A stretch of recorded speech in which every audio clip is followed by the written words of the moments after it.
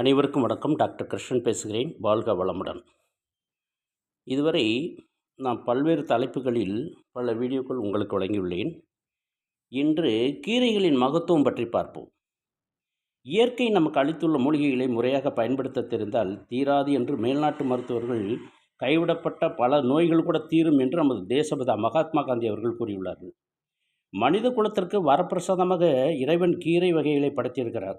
நோய் வராமல் தடுக்கும் சக்தியும், நோய் வந்தாலும் அந்த நோயை விலக்கி குணப்படுத்தும் திறனும், உடலை எப்போதும் ஆரோக்கியமாக வைத்திருக்கும் ஆற்றலும் எல்லா வகை கீரைகளுக்கும் உண்டு. கீரை வகைகளில் எல்லா விதமான உணவுச் சத்துக்களும் அடங்கியிருக்கின்றன. கீரை வகைகளை பச்சையாகவும் பக்குவப்படுத்தியும் உட்கொண்டே மனிதன் உயிர் வாழ்ந்திட முடியும்.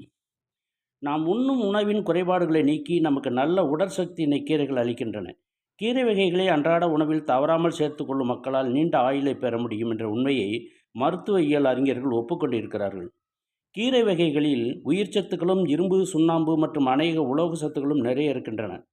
வாத நோய், காமாலை, இரத்த கொதிப்பு, சிறுநீரக வியாதிகள், இருதய சம்பந்தப்பட்ட நோய்கள், நீரிழிவு போன்ற பிணிகள் கீரை வகைகளை பயன்படுத்துவதால் குணமாகின்றன. அதில் முக்கியமானது அகத்திக்கீரை. அகத்தி என்றால் முதன்மை, முக்கியம் என்று பொருள்படும். திரேக உஷ்ணத்தை தணிக்கும் கீரை என்றும் பொருள்படும். உணவுக்காக பயன்படுத்தும் அகத்தியில் 2 வகைகள் உண்டு. வெள்ளை நிற பூக்களை கொண்டதை பொதுவாக அகத்தி என்றும், செந்நிற பூக்கள் உடையதை செவ்வகத்தி என்றும் அழைப்பார்கள்.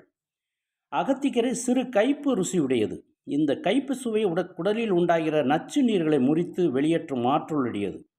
மலச்சுக்களை உடைத்து மலத்தை வெளியேற்றும் குணத்தையும் உடையது. அகத்திக்கீரை நாம் உண்ணும் உணவானது நன்றாக செரிமானமாவதற்கு உதவுகிறது. இரத்த பித்தம், இரத்த கொதிப்பு, உட்காங்கை ஆகியவை அகத்திக்கீரை உண்பதனால் அகலும்.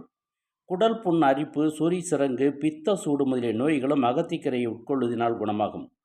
நீர்க்கோர்வைக்கு அகத்தி இலைச்சாறுடன் தேன் கலந்து அருந்த குணம் உண்டாகும். அகத்தி பூவை பாசிப்பயிறு சேர்த்து கூட்டு செய்து 2 வாரங்கள் சாப்பிட்டால் இருதய தொடர்பான நோய்கள் அகன்று இருதயம் பலப்படும்.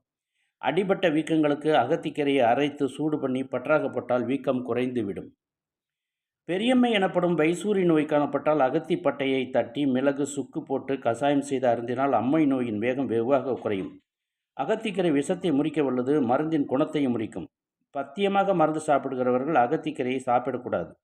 இக்கீரையை அடிக்கடி உண்டால் வாயு உண்டாகும். வாரத்துக்கு ஒரு முறை அல்லது 2 வாரத்துக்கு ஒரு முறை தான் உட்கொள்ளலாம். இந்த கீரையை பற்றி இன்னும் கொஞ்சம் நாளை தொகுப்பில் பார்ப்போம். எனது கிருஷ்ணன் லைஃப் ஸ்டைல் சேனலை சப்ஸ்கிரைப் செய்து லைக் கொடுங்கள். அனைவருக்கும் நன்றி, வணக்கம்.